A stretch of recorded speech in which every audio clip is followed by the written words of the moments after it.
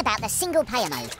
Well, there's hours and hours of content for you in the single player mode, and it's divided into two separate components. We've got the campaign mode and the puzzle mode.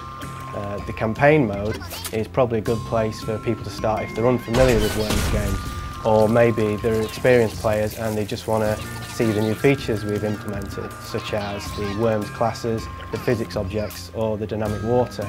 There's 32 missions altogether, and that's spread out over the 4 different themes. We'll start you off gently. There's the training missions to get you going, and then by the end of it, we've really upped the ante, and if you're not an experienced Worms player, by the time you get to mission 32, then you never will be. And then we've got the puzzle mode. Now the puzzle mode, it's more about challenges.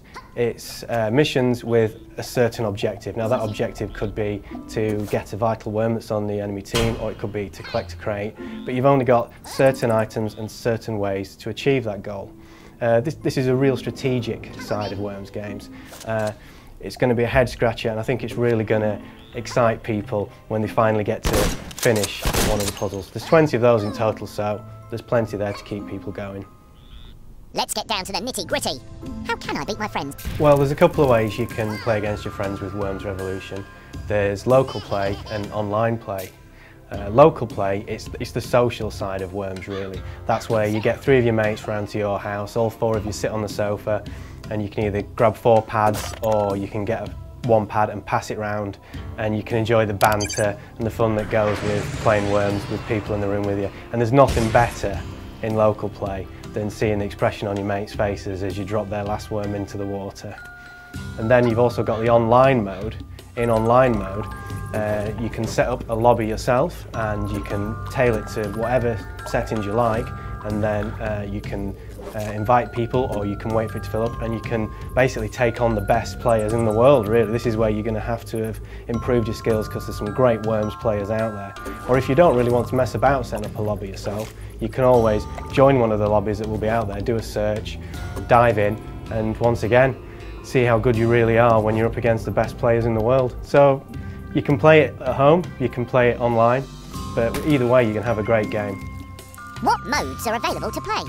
Well, we've got 3 modes that you can choose from to play. We've got the deathmatch mode, the forts mode, and the classic mode.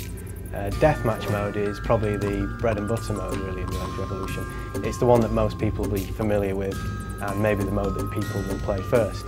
With this you can set up a game with 3 other players, or 3 AI combatants if you wish, and you can set up your scheme settings, and then basically you're straight into a match. You're going to be able to use the physics objects, the dynamic water, and make use of the classes, and it's a case of the last worm standing. Secondly, obviously we've got the forts mode, like I mentioned. Now the forts mode is probably my favourite mode.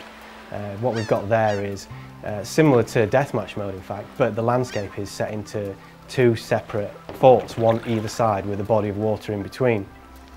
Now this means that you've got to use a little bit more strategy here, because you can't get directly to the opposing teams. So you might want to use height to your advantage and try and get shots down from above, or you might want to bunker down and maybe do hit and run, dark side tactics essentially.